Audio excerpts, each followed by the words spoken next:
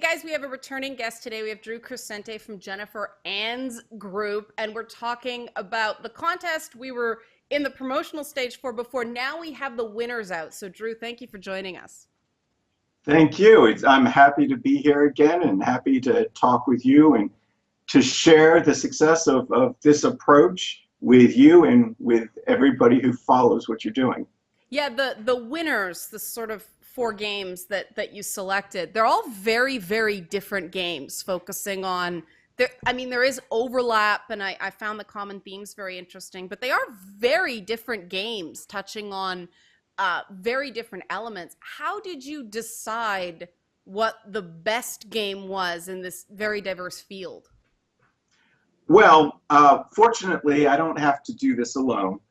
This year, I believe we had a dozen judges, and I usually try to break the judges up to about half of them work with video games in some form or fashion, and then the other half work with the issue of teen dating violence or domestic violence, issues like that. So this way I wind up with people who are experts about games and people who are experts about the issue that we're trying to address through games. And I mean, I think it works well. It's always interesting to see how the scores break down, but it's also really nice to see that the winning games are usually pretty universally winners amongst the judges. And then within, each judge has a rubric that we give them in terms of how to score the games. And I used to, up until about maybe 4 years ago, I used to make about 60% of the contest, the scoring for the contest, having to do with the educational value. And I felt a need to move away from that, especially as people that were creating these games were getting better and better at taking care of the education component. So now that's only about a quarter of the scoring points, and then the rest is kind of on gameplay and kind of the finish, how professional are the games, how innovative are the games, because there's some pretty, as you've seen, there's some pretty cool things that people can do with games, which is why I love making this a contest. Instead of having, these are games that Drew thought up, which would be a pretty short list, and they would all look remarkably similar to each other. I from day one, have always loved the idea of inviting the world to create games that they thought would deal with this sensitive topic in a clever way. And hopefully that's what you've seen, is that there have been some pretty clever approaches to this. Yeah, I mean the winning game, the room beneath the rafters. It's like I didn't expect a Pokemon Undertale type game out of this. I thought that was really cool. I mean, I got obsessed with Backscratch, the little companion guy. I'm like, I want a plushie of him. And at first I was like, well, that has nothing to do with, well, wait a minute. I thought that was kind of the point in that game, that it delivered a fun experience, but it did really get into, at first I thought, oh, these are easy decisions, but I'm saying this as an adult. And the Right. thing that game made me realize is I think when you're a kid, especially now, some of these decisions of recognizing what's okay and not okay are more difficult than we might give them credit for as adults. Is that what you're finding? Oh, I mean, absolutely. There's, even as adults, it's really difficult to define to somebody the difference between acceptable and unacceptable behavior. There's obvious unacceptable behaviors. And unfortunately, people sometimes think that that's where unacceptable behavior ends. If somebody's not hitting you or raping you, then it's not abuse. And, that's a problem, because we know that there's a vast world of unhealthy behaviors beyond the obvious. So even with adults, it can be really difficult to say, because you need to know behavior that's occurring. You need to understand the context in which it occurs. Somebody could be doing something that's completely innocent, completely fine in one relationship. That same behavior in another relationship is not at all acceptable. And, we obviously aren't looking to follow people around to understand the context of everything that happens to them. And so that's tricky with adults who have one, two dozen past relationships upon which to kind of base their own decisions. They're always comparing and contrasting and making decisions and all this life experience. So now you're 14, 15, 16, 17 years old, zero dating experience, and a lot less life experience. How are you to know this is the way it's supposed to be versus no, that's not okay. We can't. We're not going to treat each other like that. And if that's the relationship that you're looking for, you're going to need to find it with somebody else. So, video games are great, are just absolutely great at dealing with complex issues and nuanced topics. So imagine, if you will, that you printed a book that tried to go into all the complexity and all of the nuance. I mean, the book would be this big, and you would have to read through a lot of pages that did not apply to you. But games, by their very nature, are interactive. So you can do something, engage in something, make a decision, and the game responds. And through it responding, it's slicing that thinner and thinner until you kind of get to the heart of what you're trying to understand or what you're trying to get across to somebody. So yeah, it's amazing to me how overlooked games are when it comes to these complex issues. And there's a lot of other reasons that games are great for topics like this. But the nuance issue, you said something about shades of gray earlier, it's very, very true, because, life isn't black and white. In our kind of sports-centric world, there's always the winner and the loser. Mm-hmm. All right, but imagine if on the field, instead of 2 teams, you have, 2,400 teams. Yeah. That's kind of more what life is like. It's a lot harder to know who you're rooting for. Mm-hmm. It's a lot harder to know who all the players are, but that's really more what life is. And video games, they just don't get the credit that they deserve yet. They will. It's only a matter of time until this is seen as, especially for issues having to do with emotional health and wellness, that this is seen as the best approach, bar none, for dealing with these complex issues. Yeah, I mean, one of the sort of overlap things that I noticed in multiple games among the winning selections was the idea of dressing and socialization and sort of a romantic partner trying to control those elements. And that one, I ended up really chewing on that one, because I used to do a teen advice column for a teen magazine, that sort of, paper approach of, yeah, all this stuff won't apply to them, but one thing might be. And I got that question all the time. My friends don't like what I'm wearing. What do I do? And my answer was always, well, do you like it? Well, it's how do you, it's that tricky thing of how do you explain to a young person, well, yeah, listen to them, but you don't have to heed. That's so difficult when they're young, and that, tribal element of being a teenager is so strong. I mean, I've got YouTube commenters that age who think they can tell me what to wear. Like there is this, I hate to use the word entitlement, but there's this permissiveness because we live in a reality TV age and everything's, Project Runway and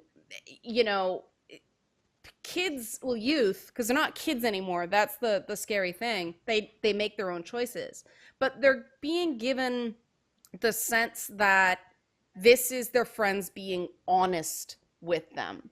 So, now I'm wondering, how do we cut through that? Well, yes, sometimes it is honesty. Sometimes it's an attempt to control your behavior. Sometimes it's both. I mean, I thought Honeymoon, the game handled this quite well. That it starts, the guy seems really nice, he's cool, he's cute. I mean, the art is very comforting kind of thing. Right, It's it very is. sort of I love chibi, but then there's that sort of moment of, all right, you're wearing a dress with cleavage and your knees are showing, you know, it's above the knee.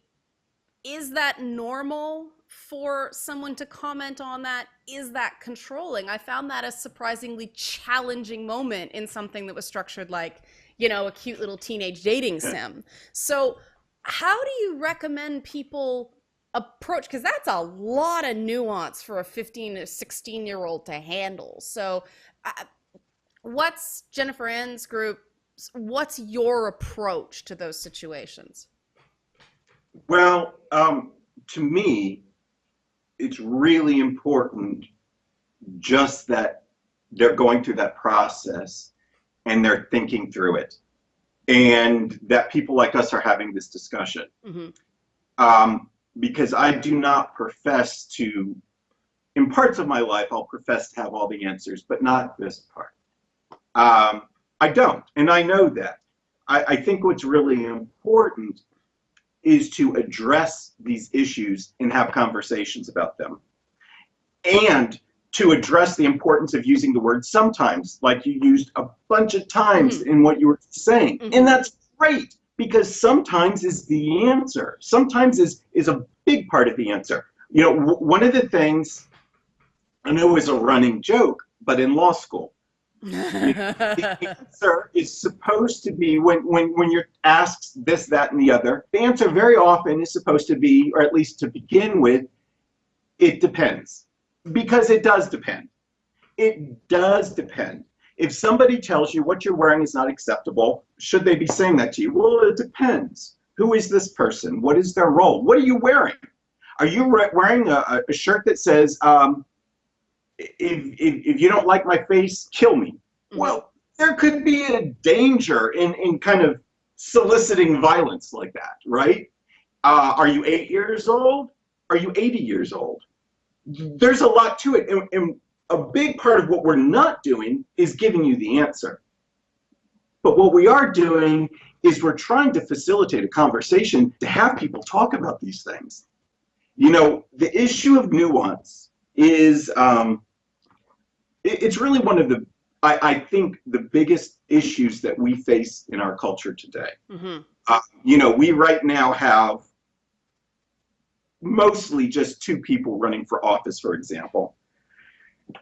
We've actually seen more of what we might call nuance in this election cycle than in the past, because we do have other people talking about running. We do have people that are, you know, A people that are saying, I'm not going to vote for A. And we have B people saying some of the same. And that's good, because I think it's unhealthy for us to have my team versus your team mentality.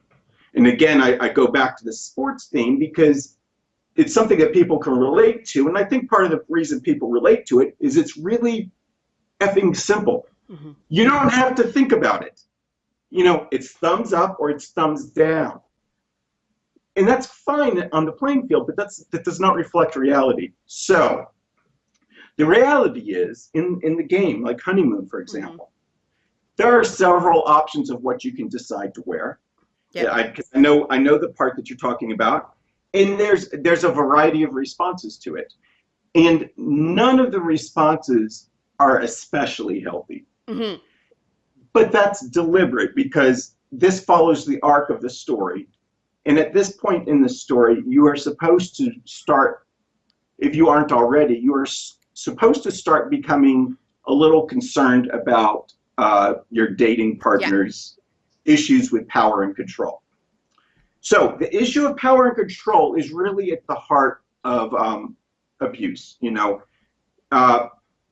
generally speaking, if someone is in an abusive relationship and they're hitting their partner, they're not hitting them out of a desire to hit them or to hurt them. Of course. They're doing it because their partner is not doing as they want. Mm-hmm. Okay? You're not doing what I want, so I'm going to hurt you. And part of the way that this comes out is you will often hear them say, you made me do this. And to that mindset, they might really believe, hey, you didn't do what I wanted, so I had no option. Now, of course, that is not acceptable, okay? It's not acceptable for any gender or any type of person.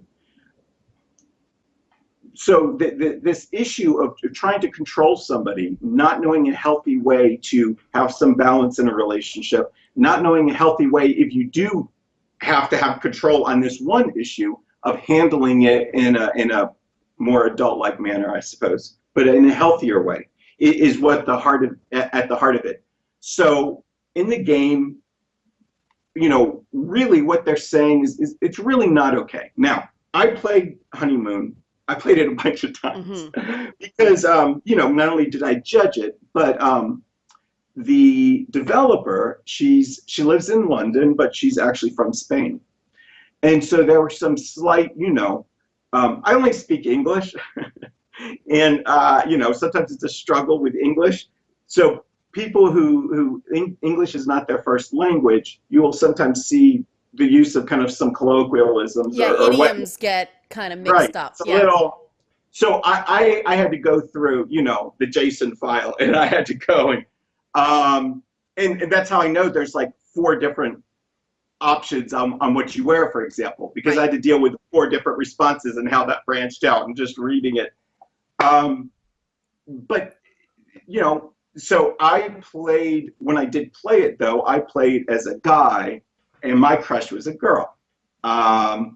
And I'll just point out for everybody, since this comes up all the time, the majority of our games do have the abuser as a male, and their target of abuse is a female. We know that's not always the case in the real world, and we do have games that reflect that. Honeymoon is one of those Yep. games that allows you to select not only your gender, but the gender of your crush, so it also does address same-sex relationships. Well, and some of the characters swap out based on those choices as well. Like it's Yeah. cool the way they did that. I liked the use of art assets in that game very much because they did a lot with sort of a limited number of assets. I thought there was clever design there. Yes, and I mean, I love the look of it. I Yeah. really do. That's a game that I'm not sure exactly what it is, and I talked to the developer about it afterwards. I said, your game made me happy. I mean, it was sad. Parts of it were definitely sad. It made me happy. I think it's because maybe it's been so long that since I've had that crush, you know, and had that feeling, that it was very optimistic to me. It's funny to me. It was how cool the family is. Oh, aren't they great? Yeah, It's they're like like perfect mom, family. dad, sister. I love them all. Yeah, and there really was something kind of like this is like macaroni and cheese, you know, the beginning of it. But what I liked about that is it showed that this isn't something happens that just happens to kids from bad homes. Oh, Like, absolutely. And that's critical. yeah. That's critical. You know, I know that this came up before, but that's important to me because my daughter didn't come from a bad home. Hmm. And, you know, she was a senior in high school when she was killed. And she was someone who had just gotten onto honor roll. She was someone who volunteered her time. She was a counselor at a sidetrack here in Atlanta, a science camp. She performed in the arts. She and I did 2 musicals together back in South Georgia at a small theater. And it's important to me that it not be seen so narrowly, that the issue not be seen narrowly. Now, I will point out real quickly, part of the reason that there is that public perception. Now, this is not necessarily as true today because we now, you know, news is disseminated in a lot of different ways. But let's go back 20 years or so, when you were kind of relying on the public record, like what came out of the court system, to know what was happening or what you saw in the police blotter, because that's where the newspapers would get their information and then they would write stories about it. Hmm. Well, people who have means sometimes are less likely to call the police and to report to a shelter than they are to call a lawyer and a therapist. Hmm. And when you call instead a lawyer and a therapist, it might not make it into the public record. Right. And so there's this you know, correlation that is not accurate. but persists in the minds of people today, that it still does, that this is an issue of something that happens to those people, the people on the other side of the tracks. And one of the statistics that we use often is that by the time they graduate from college, 44% of all students have been in an abusive relationship. And those are the people that go to college. Exactly. Yeah. We're not saying of the percentage of people who drop out of high school. We're not saying it. People graduating from college, 44%. And it's really important. And part of the reason it's important is we need to focus more accurately where the issue is. Mm-hmm. We need to stop being delusional and thinking this only happens to those people, because it doesn't. It happens to us people. Yeah. And hopefully it doesn't happen to you people. But the point is, no matter what your station in life, your gender, your race, socioeconomic status, education level, regardless, all of those things, it might happen to you. One thing that does happen is it does impact young people more. Mm-hmm. As people get older, they're less likely to be in an abusive relationship, which is good. Yeah. And part of it is because they learn. Our goal is to teach them younger and to give them more information so that they don't even have to have that one unhealthy relationship. And this is guys and girls. So you're playing the game Honeymoon, and if you're playing as the girl, I guess you're wearing something that shows too much cleavage. But if you're playing as the guy and you wear a tie, well, why are you wearing that tie? Yeah. Who are you dressing up for?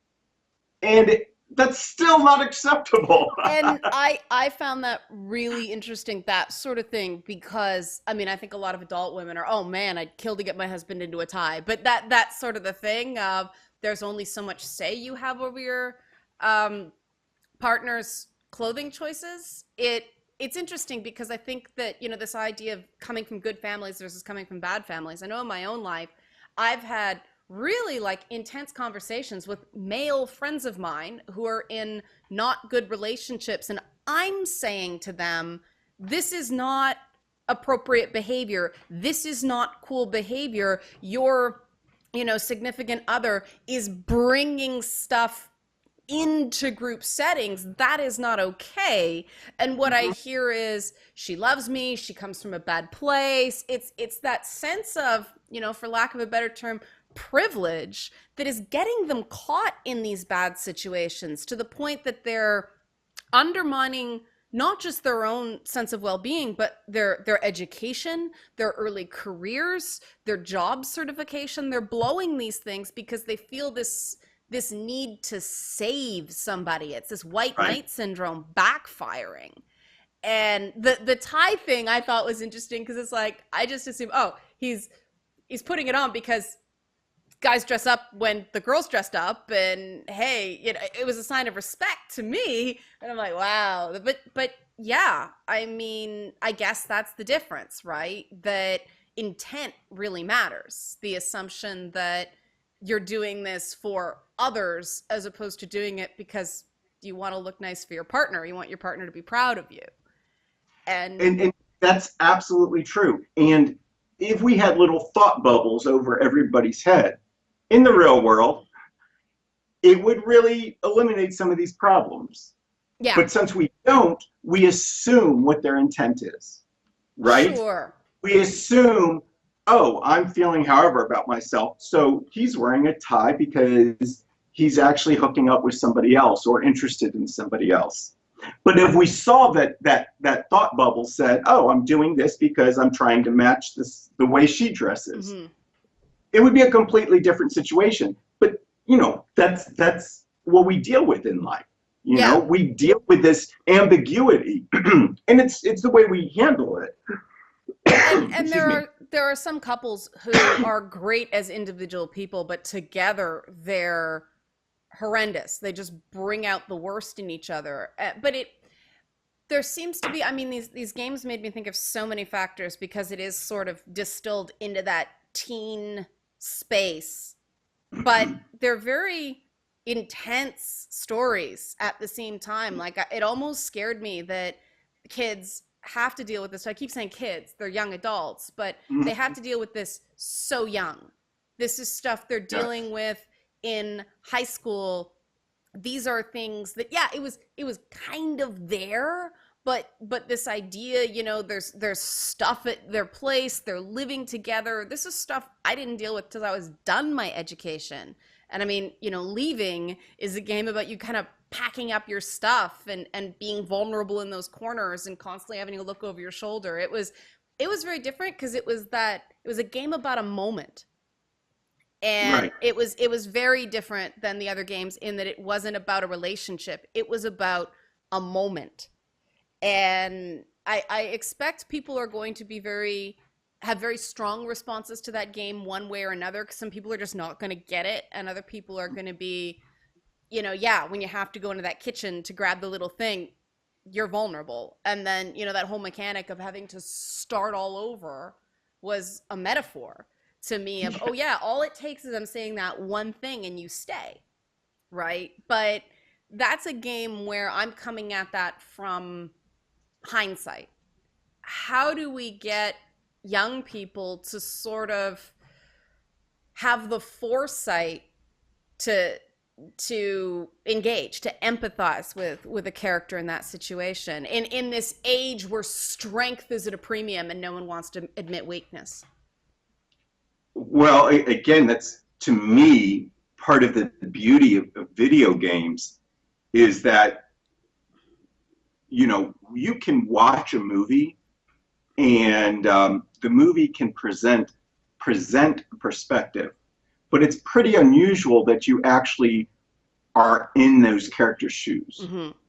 That is unusual, and that's part of what's so fantastic about games. That's something that's great about books also, but books, of course, lack the ability to branch unless it's choose your own I adventure. loved those. Sure, right? Yeah, I love those books. So dealing with things like empathy, it's I think it's fantastic to be able to play a game and recognize. One of the things I love the idea of is having maybe a scene play out and then go through the game where you play every one of those roles in that scene, no matter how short the scene is, and let's say there's 5 people in it, and you get to experience the inner dialogue and the impact of every character and see how really, really different your impression was when you were the outside observer. That's the kind of thing you can do with games. And that's, I think, a really good way to, we generally have some level of empathy, even as little kids. Mm-hmm. This is part of what makes humans human, right? Is empathy. You might lose some of it, you might gain some of it as you grow up. But games, again, I think have this unique ability to kind of remind us of these things. And that's part of what you could do here. Not every game will resonate with everybody, Mm-hmm. and that's totally fine. Not every game resonates with me, Mm-hmm. and that's totally fine. We've produced like 30 of these now, and not all of them have ever seen the light of day, and maybe at some point we will. But I think, for example, Leaving, which you were talking about, it's got an interesting game mechanic in terms of the weapons are words Yeah. that are hurled at you, and it's important for people to know. We could say sticks and stones won't break my bones, but we know that the words can hurt you. We know that people are bullied. We know that people that are listening to this right now were bullied. Yeah. People that are listening to this now were bullies. And there's a reason that people use words, because they're effective. Yeah. Okay? Words can hurt people. People kill themselves. People hurt others based on words alone. And so, yeah, seeing that as the mechanic in terms of the weapon, I think, that has an impact, because I do think it's a helpful reminder. I also like how the character grows. Mm-hmm. She's And then becoming. chicks again. Yeah. Yes. Yeah. Yes. But you know, the more she grows, that also means the bigger target she is. Yep. You know, that kind of a persuasive element that's baked into the game, into the gameplay, I think is interesting. You know, and if it has someone have a conversation or give some thought to it, that's fantastic. Not all of the games are necessarily as going to resonate as much with younger people, but a big part of what I want, you know, you said something about high school.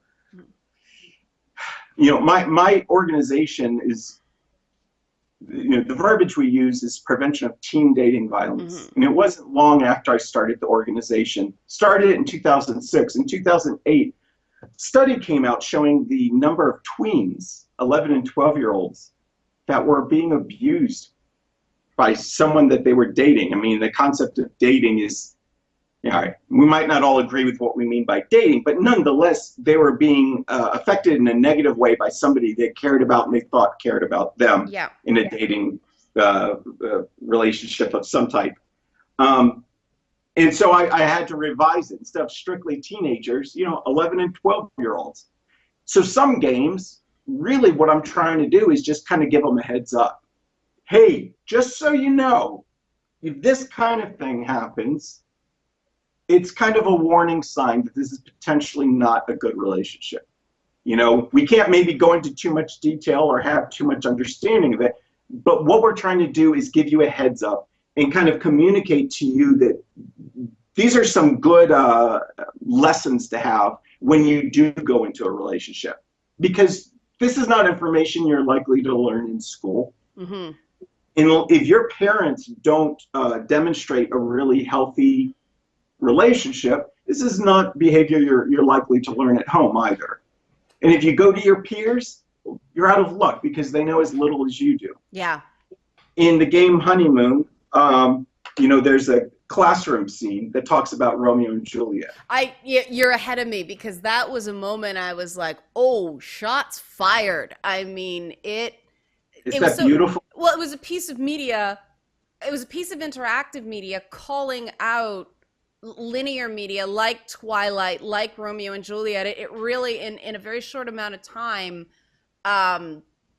showed sort of this literary tradition of horribly unhealthy relationships going through, you know, those primetime soap operas of the 1980s, like Dallas and Dynasty, that teenagers watched. I mean, kids watched. I watched that when in the 80s when I was quite little.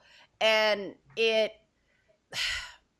the media landscape is different, but it's not different at the same time. These big, larger than life, emotional, I would die for you stories are eternal in literature. Yes. And this is it's weird because like our romantic paradigm is abuse. Often, yes. Yes, it is. Yeah. It was at least it's unhealthy. Yeah, well, I mean, there's very few romantic comedies I watch. I can't watch them. I'm terrible at chick lit, you know, all this. Bridesmaids, I found had so many sort of abusive levers in it with the way they spoke to each other and the way they interacted. But this seems to be our culture now. It's he or she who hurls the biggest insult or throws the most shade is the alpha dog. Well, look again to our elections. Yeah. I mean, honest to God, in the media, talk about willful blindness. They seem completely oblivious to their role. Why in the world is everybody talking about Donald Trump? We'll have more on that after these words. What? Well, and then you start hearing... Did you hear yourself?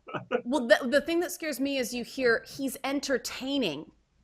Not to me. Why is a bully entertaining? But we have that all over the place, right? I mean... And I think... So there's a couple of things that you're saying, all of which are important, and some of which actually build on one another. So, Bridesmaids, okay? Yeah. If you and I went and saw that, there's no issue with that. Right. we are in a place that we can decide for ourselves the meaning or not behind such things. Right. The problem is that obviously it's not just us that are going to see them. And if you have somebody that is not directly, obviously affected by it, but is indirectly and just affected this bit, you've got a basket here and you're throwing a pebble in it. That's another pebble. Mm-hmm. You throw enough pebbles and you've got some meaning. And that to me is the problem, because if you're a young person still learning your way through life, yeah, you don't have somebody there to guide you and say, just so you know, that's some really messed up stuff and don't this and don't that. You may, maybe not, but you may come to believe that this is the way that things are supposed to be. And I think the best example of this, because there's a wealth of research on it, is when you look at the movies from the 30s, 40s, and 50s, and all the cool people are always smoking. yes, Well, there's a reason that the tobacco industry wanted that, okay? Right. They wanted to normalize that. They wanted to make it cool. And they created, you know, generations of people who wound up dying from using their product. Advertising is founded on showing people your product in use, hopefully in a positive light, but sometimes just the name of the product. Sometimes even in a negative light is fine. You know, then any publicity is good publicity approach to advertising. So why are we supposed to believe that certain behaviors, that we don't learn from those, but we do learn from advertising what product to buy? Again, this is not black and white. You don't watch a movie where somebody does something crass and then you turn around and do something crass. Maybe you do. Maybe 1 out of a billion people does. But most people don't. But, okay, first of all, it might matter about that 1 in a billion people. Maybe, depending on what they do. Yeah. But more importantly, for the bulk of the people, this is something that does build up their sense of how to behave and what is normal and what is acceptable. That doesn't mean don't do it. That doesn't mean don't make these movies. But what it does mean, I think, is that you should have a conversation and be honest with yourself about it. If you're developing these things, if you're creating these things, just own it. Yeah. I mean, really own it. And if you really think that there's no impact from anything that you're creating, then what you're creating is incredibly bland, because everything affects people. Well, maybe not to the same extent, and maybe not to every single person, but of course it does. That's what life is about, and that's what experiences are about. Yeah, I mean, I really find it interesting, the similarity of message across age groups, I mean, yes, certain human desires are universal, and that's where we get into a trap, and I want to sort of close on this. There's this media narrative right now about being unliked, being a character flaw. And you know, you keep mentioning the election. You hear this a lot. We have 2 very unpopular candidates. And I've been having this dialogue with people because, you know, my critical thinking kicks in and go, so what? So what, they're unpopular? Are they right? What are their policies like? Why are they unpopular? Why don't people like them? And often standing up for yourself and setting boundaries is unpopular. I mean, politics is the art of telling everybody what they want to hear, even when, you know, everybody wants to hear something different. And so I find that I'm concerned about that message, because there is so much about gaining friends and collecting Pokemon and creating this sort of herd. Here comes my, you know, Vampire the Masquerade background coming up. You know, this one type of vampire in the game has a skill where people just adore them. They collect all these people around them and have them sort of do their bidding. And this seems to have intense power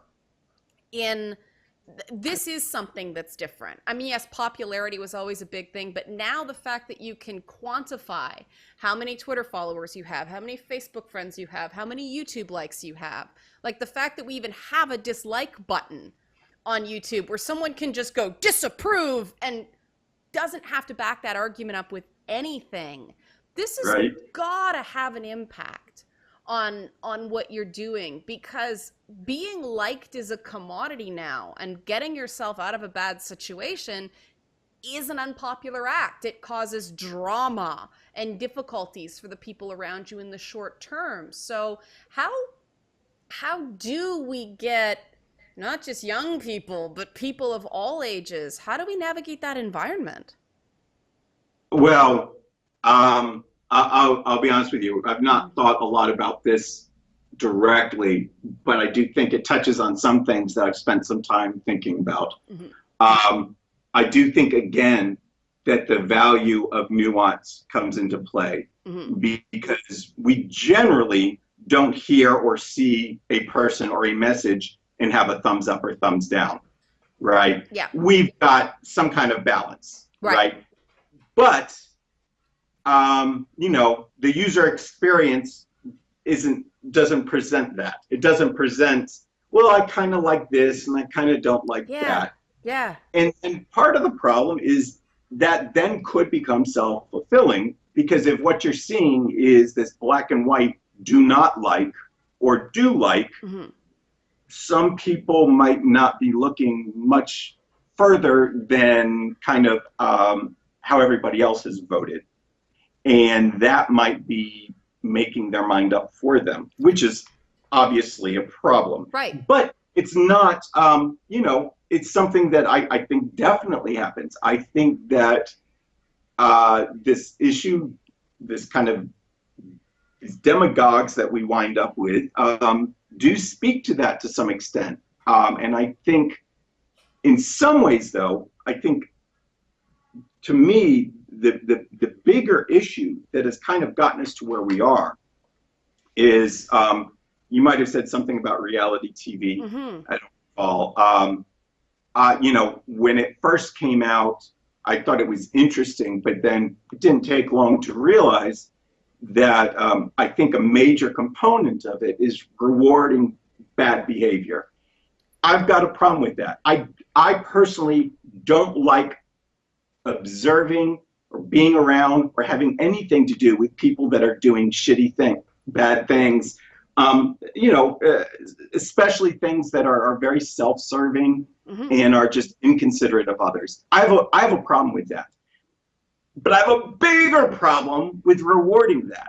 Anybody who's had a child or has had a pet, mm-hmm. have you not learned that if your child or your pet takes a crap in the middle of the living room floor, that you should not praise them? I've seen people do that, though. If you want them to keep doing it, then praise them. Yep. And I think the praise that we seem to have, what seems to be, reward right now is just exposure. Yeah. The more exposure we give somebody, it seems as if some people treat that as reward, because they then have more followers, maybe even more dislikes, but they have more attention. If we keep rewarding bad behavior, we should not be surprised if bad people wind up running the world. Yeah, well, don't be surprised by that, media. I just also get the sense that people are being run. Like, I have conversations with kids as young as 13, 14, 15, and they're processing an astounding amount of data and an astounding amount of feedback to begin with, but an astounding amount of negativity. Kids, back in the day, if some kid wanted to call you fat, they had to do it to your face or pass a note in class. Now they can take out an anonymous Twitter account or a dummy email or a Facebook account and send you nastiness. And there is not only no consequence, but then they go and show their friends and they all have a laugh. Well, so think about that. Yeah. If there was some degree of shame associated with this anonymity or this kind of sniping from the shadows where you're such a coward, let's pretend that we're talking about chivalry. We're back, in an old movie, not in the actual olden days when I'm sure there was little chivalry, but at least when people purported to aspire to it. Mm-hmm. Okay? If there was some degree of like pride and shame and things like that, then I think that would make a difference. And I'm not saying we should harken back to that, but I do think it still gets down to, if someone is showing you some crappy thing that has happened, if they're a part of it or not, it would be nice if other people said, hey, that's kind of a crappy thing. I don't want to be a part of it. And yeah, I completely agree with you. And you can do that certainly in microcosm. You can do that in a youth group. You can do that in a class if you're lucky to have a teacher that's willing to risk a lawsuit. On the internet, the difficulty is, I mean, you touched on chivalry. I want to unpack this concept of chivalry because this is a big hot button among games, and it's a really difficult place for young men to be right now regarding this concept, because on the one end you're told you should be nice to your sister, you should be nice to your brother, you should be nice to other people, you should help people who need help. And then on the other hand, when we get in discussions about games, it's like, oh, the damsel in distress is a sexist trope. And I start going, because as somebody who's sort of dealt with that paradigm of needing to ask for help, the demonization of the damsel in distress scares the crap out of me, because the idea is there's something wrong with you if you're in that position. So as somebody who's not a game developer, who's not a sociologist, who's just someone who is interested in keeping young people in healthy relationships, how do we thread this needle? Okay, again, I think there's probably no easy answer because it's about real life issues. So let's talk with something about a real life thing that's somewhat commonplace and a little more straightforward. If I come to if I'm walking up to a store and I see a door that needs to be opened up and there's a woman walking behind me, I hold the door open for her. If there's a man walking behind me, I hold the door open for him, okay? I generally am not doing it based on their gender. I'm trying to do it to be polite. Someone sneezes, I say bless you without thinking about it. It's just, I actually, when I was speaking at GDC, I nearly interrupted my own speech when somebody in the audience sneezed. Yeah. And I had to catch myself. I was like, nope, not the time to do that. But like if my dog sneezes, I do it without thinking. It's reflex. Okay? So if somebody that I held the door open for was somehow offended by it, I will say I see that as their issue. Now, they don't know my mindset. We're back to this assumption paradigm again, They think that I'm only doing it because they're female, or maybe they're attractive, or maybe they only have one arm. I don't know. Okay, so they could be assuming any number of things. Yeah. But there's a limit, you know, to how much of that I'm going to carry around with me. Sure. And so I'm not going to. But at the same time, I'm not going to seek out women only to do something for because I see them as being somehow more frail or whatever. That doesn't mean there might not be occasions when I would think that, okay? Right. Again, I'm not black and white, and nobody else is. We all have all these different shades. And I think one of the important things is reminding ourselves of that and recognizing that. Now, a game, though, isn't real life, okay?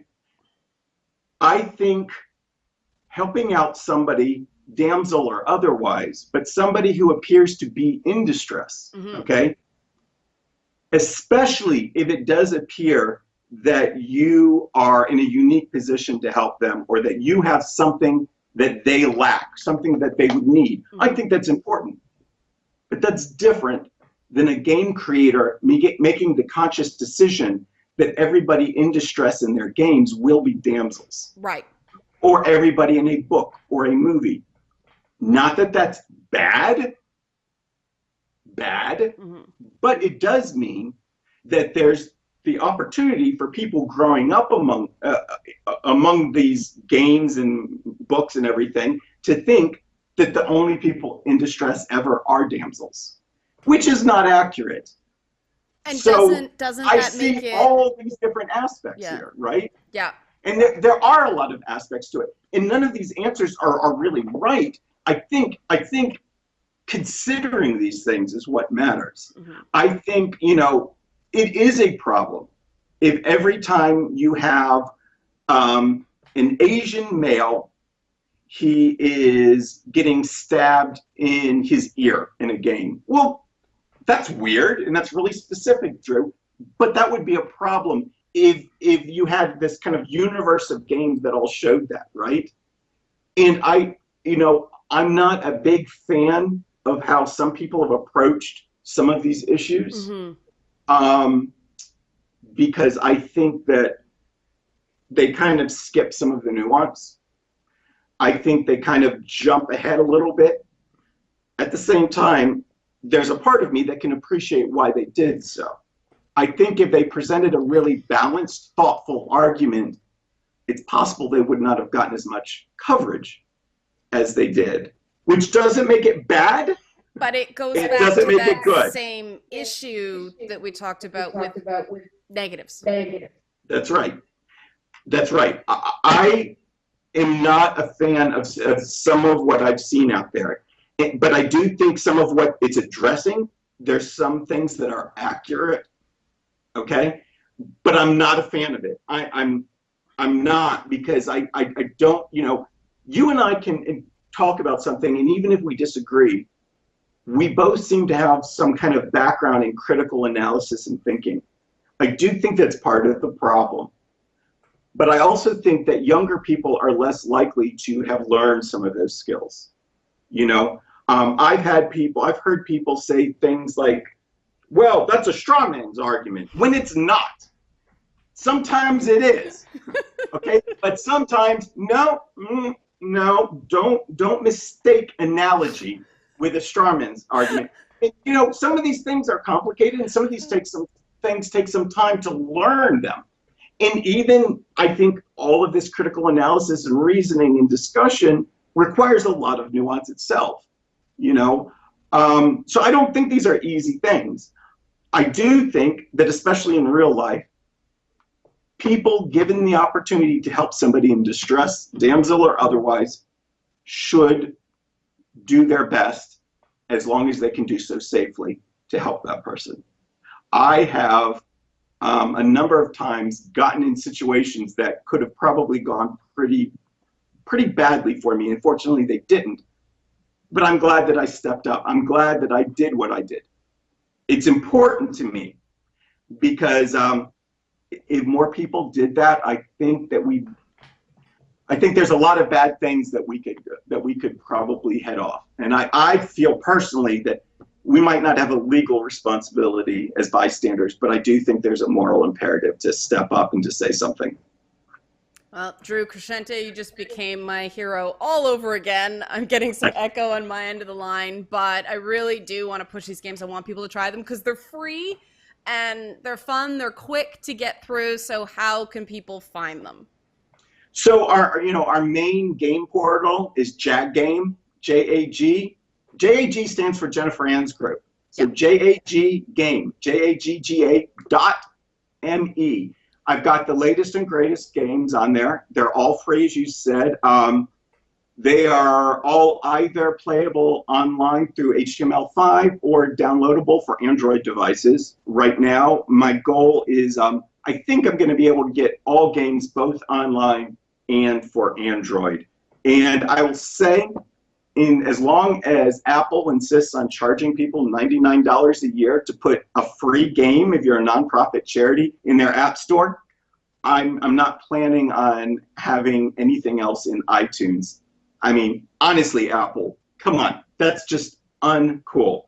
So that's a philosophical attitude on my part. But please go to our site, check out the games, share them, and again, I understand that we're dealing with some fairly complex and heavy subjects, but if you've listened to this conversation, you're going to have really a leg up on everybody else. If you see people just kind of crapping on them or whatever, I mean, it's fine if they think it's a crappy game, but if they're doing it because they haven't listened to this conversation and don't understand that we're really kind of trying to go into this with our eyes open, but we're trying to embrace all different points of view, and we are really not, I don't think, going about this the wrong way.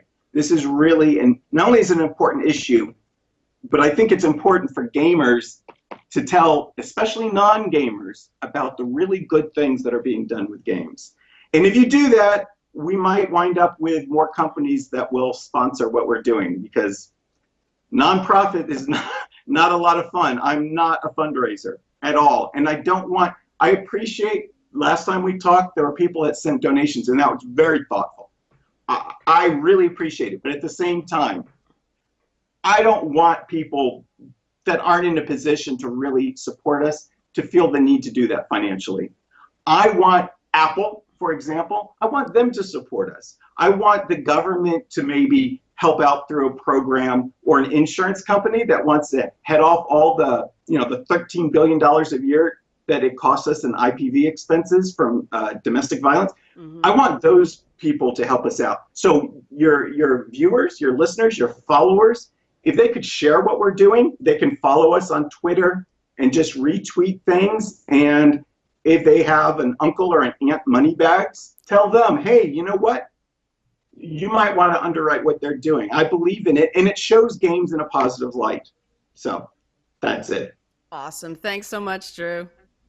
Thank you. I really appreciate your time once again. And I appreciate the conversation. It's really nice not to just talk to myself about these things and have a thoughtful conversation. So thank you. I appreciate it.